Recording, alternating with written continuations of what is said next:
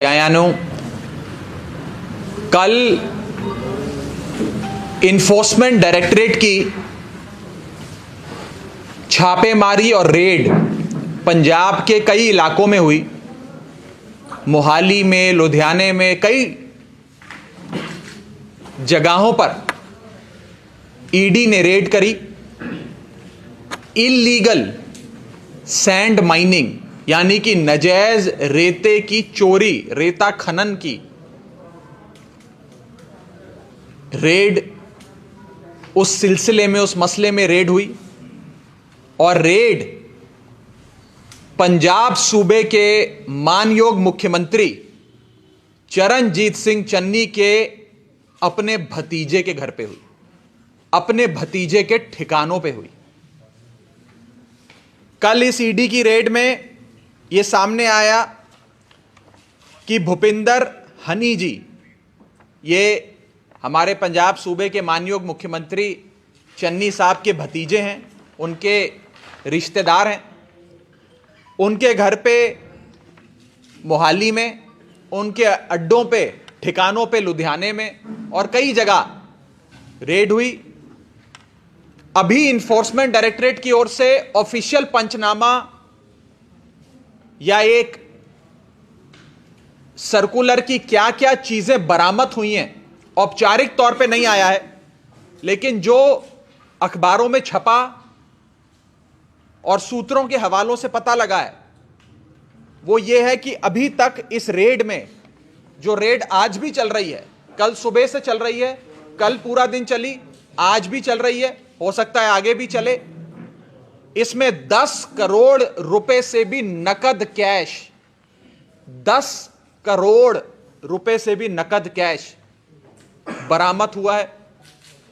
चन्नी साहब के भतीजे के अपने घर से करोड़ों रुपए के कैश को बरामद किया गया है। 56 करोड़ रुपए की, 56 करोड़ रुपए की एंट्रियां, बैंक एंट्रियां अभी तक पकड़ी जा चुकी हैं। लाखों रुपए का, बता रहे हैं शायद 21-22 लाख रुपए का गोल्ड यानी कि सोना बरामद हुआ है। करोड़ों रुपए की लग्जरी गाड़ियां, बड़ी बड़ी जो करोड़ों रुपए की गाड़ियां आती हैं, वो गाड़ियां बरामद हुई हैं। और प्रॉपर्टी के कागज, बड़े बड़े जमीनों के, बंगलों के, फार्म हाउसों के कागज निकले हैं। अभी तक सिर्फ इतनी ही चीजें बाहर निकल कर आई हैं। रेड चल रही है, हो सकता है और भी चीजें निकलें। बताया जा रहा है, मुझे तो जानकारी नहीं थी, कुछ साथी बता रहे थे कि शायद मानयोग मुख्यमंत्री चरणजीत सिंह चन्नी जी के भतीजे के पास आज से कुछ महीने पहले तक इतनी संपत्ति, इतनी वेल्थ, इतने करोड़ रुपए नहीं होते थे। और ये सारी चीजें कहीं ना कहीं पिछले 111 दिनों में ही उन्होंने इकट्ठी करी, यानी कि वही 111 दिन जब चरणजीत सिंह चन्नी साहब मुख्यमंत्री थे पंजाब के। अब आप सोचिए कि अगर एक भतीजे, मुख्यमंत्री के एक भतीजे के घर पे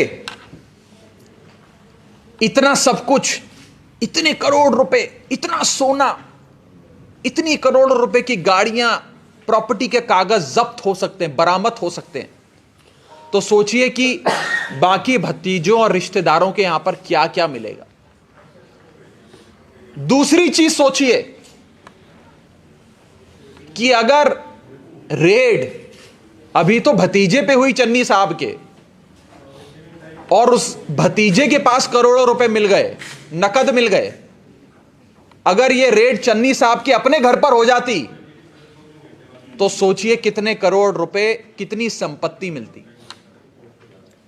और तीसरी चीज सोचिए कि अगर चरणजीत सिंह चन्नी साहब 111 दिन की बजाय 5 साल पंजाब सूबे के मुख्यमंत्री रहे या रहे होते तो कितनी बेशुमार दौलत वो भ्रष्टाचार करके कमा सकते थे। कितनी उन्होंने कमाई होती। अगर 111 दिन में उनके भतीजे के घर से 10-10 करोड़ रुपए सोने, गाड़ियां, 56 करोड़ की बैंक एंट्रियां, कागजात प्रॉपर्टी के मिल रहे हैं, सिर्फ 111 दिन में अगर इतना कमा लिया तो 5 साल में चन्नी साहब कितना कमाते, ये सोचिए। ये 3 चीजें आज सोचने वाली हैं। ये आपको भी सोचनी है, पंजाब की आवाम को, और हमको भी सोचनी है। क्या हम ऐसा पंजाब बनाना चाहते हैं जिस सूबे के मुख्यमंत्री पर नजायज रेते के खनन, नजायज रेते की माइनिंग के चोरी के आरोप लगे, उसके परिवार वालों के घरों से करोड़ों रुपए मिले? क्या फर्क रह गया? मैं आपसे पूछता हूं, क्या फर्क रह गया बादलों में और चन्नी साहब में? क्या फर्क है? जब इनकी सरकार होती थी तो इन्होंने अपने 7 स्टार होटल बना लिए, ट्रांसपोर्ट माफिया से लेकर केबल टीवी माफिया शुरू कर दिया।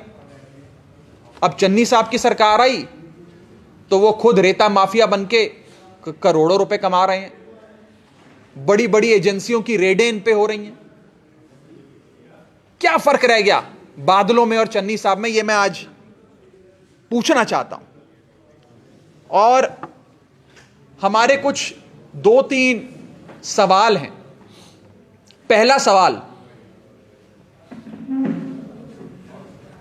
कि कहां से चरणजीत सिंह चन्नी साहब के भतीजे के पास करोड़ों रुपए, 56 करोड़ की बैंक एंट्रियां, लग्जरी गाड़ियां, प्रॉपर्टी के कागजात, इतना सारा पैसा, इतनी सारी दौलत कहां से आई? पहला सवाल। दूसरा सवाल, चन्नी साहब के परिवार में और कौन कौन है जिसके पास इतनी बेशुमार दौलत पिछले 111 दिन में, मुख्यमंत्री के 111 दिन के कार्यकाल में आई?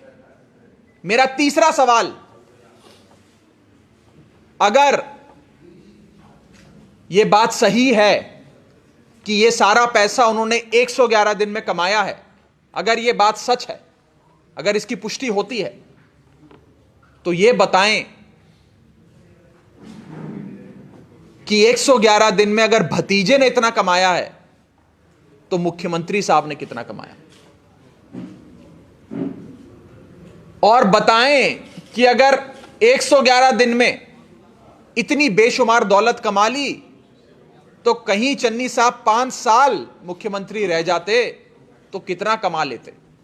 ये सारी चीजें आज मैं पंजाब सूबे के मानयोग मुख्यमंत्री चरणजीत सिंह चन्नी, कांग्रेस पार्टी की अध्यक्षा सोनिया गांधी जी, कांग्रेस पार्टी के बड़े नेता राहुल गांधी जी और कांग्रेस पार्टी के पंजाब प्रधान नवजोत सिंह सिद्धू से पूछना चाहता हूं।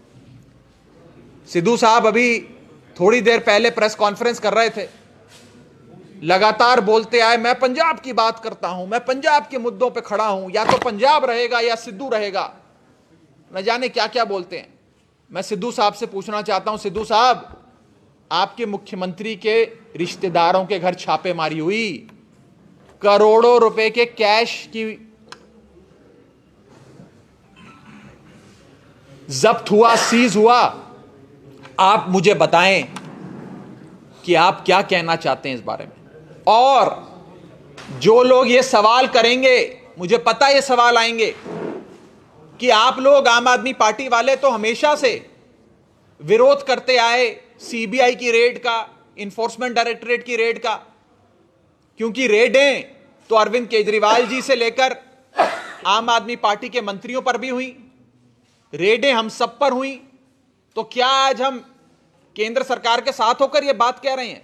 अगर यह सवाल किसी के मन में आता है तो मैं उसका जवाब सीधे तौर पे देना चाहता हूं कि नरेंद्र मोदी जी की सरकार ने हर एजेंसी को आम आदमी पार्टी के लोगों पे छोड़ा, अनलीश किया। All instruments of the state were unleashed on Arvind Kejriwal. And जब जब अरविंद केजरीवाल जी पर, उनके मंत्रियों पर, उनके विधायकों पर कभी भी कुछ ऐसी रेड हुई, 10 मफलर से ज्यादा कुछ नहीं मिला। और यहां पे चन्नी साहब के रिश्तेदारों के घरों पे करोड़ों रुपए बरामद होते हैं। जब अरविंद केजरीवाल पे हमारे प्रधान अरविंद केजरीवाल जी पर रेड होती है तो सीबीआई 10 मफलर बरामद करता है, और चन्नी साहब के भतीजे के घर पे रेड होती है तो सीबीआई 10 करोड़ रुपए बरामद करता है।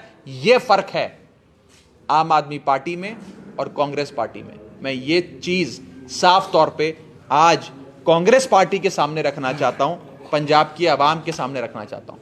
इस सिलसिले में किसी भी साथी का कोई सवाल हो तो आप। राघव जी, एक सवाल है। कल सीएम से भी बातचीत की थी, वो कह रहे वेंडेटा पॉलिटिक्स हो रही है।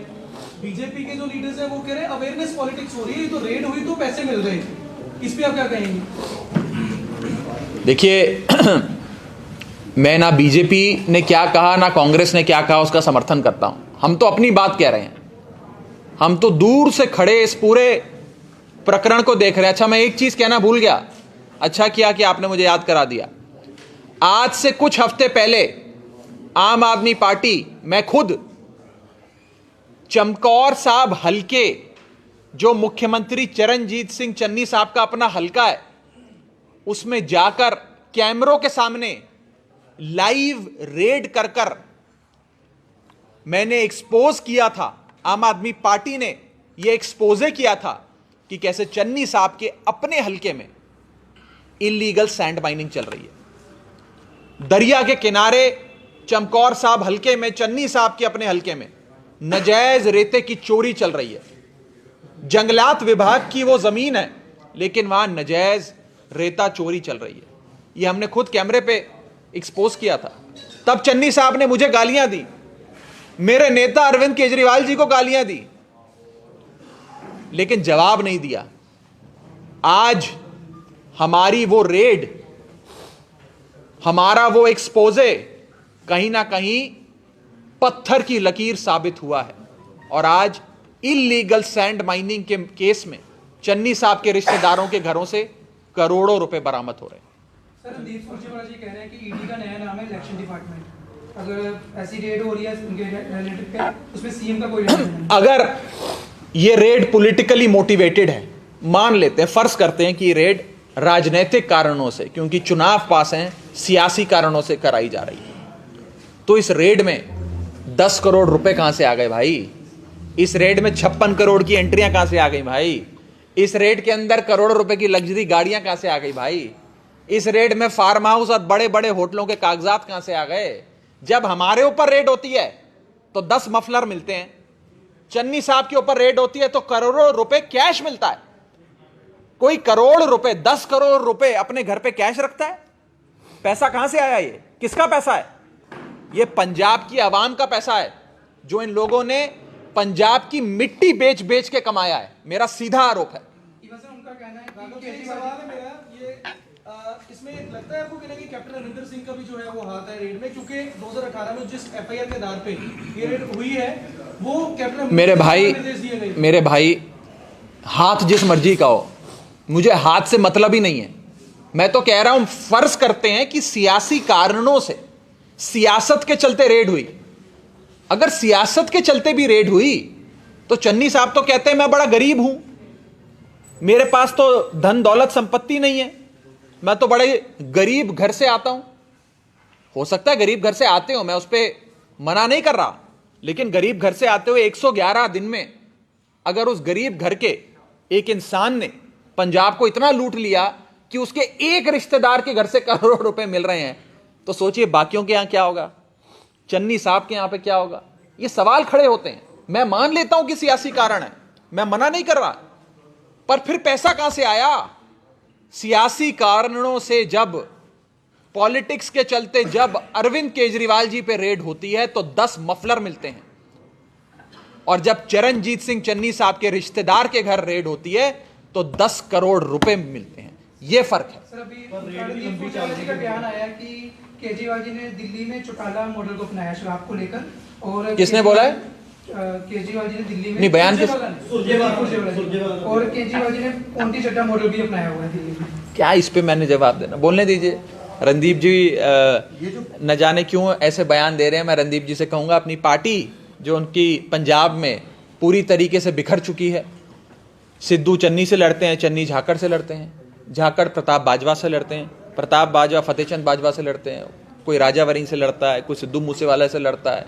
ये आपस में लड़ाइयाँ जो चल रही हैं कांग्रेस की, सुरजेवाला साहब जिनकी मैं बड़ी इज्जत करता हूँ, वो पहले कांग्रेस की ये लड़ाइयाँ सुलझाएं, उसके बाद हमसे सवाल करें। ये जो पैसा रिकवर हुआ है 10 करोड़, आपको क्या लगता है? क्योंकि ये इलेक्शन में ये सारा पैसा जो है देखिए, ये कहाँ यूज होना था, ये तो जिस शख्स की दौलत है, जिस शख्स ने ये पैसा कमाया नजायज काम करके, वो बताएगा, मैं नहीं बता सकता। लेकिन वो शख्स जिसे मुझे बताया जा रहा है कि चन्नी साहब के मुख्यमंत्री बनने से पहले उसके पास इतनी धन दौलत संपत्ति नहीं थी, इतना पैसा नहीं था, इतनी दौलत नहीं थी। 111 दिन चन्नी साहब मुख्यमंत्री रहे और 111 दिन में उसके पास इतनी संपत्ति आ गई, इतनी दौलत आ गई। कहां से आई? 111 दिन में ऐसा क्या हुआ, ये मैं पूछना चाहता हूं, या आप सब सोचे।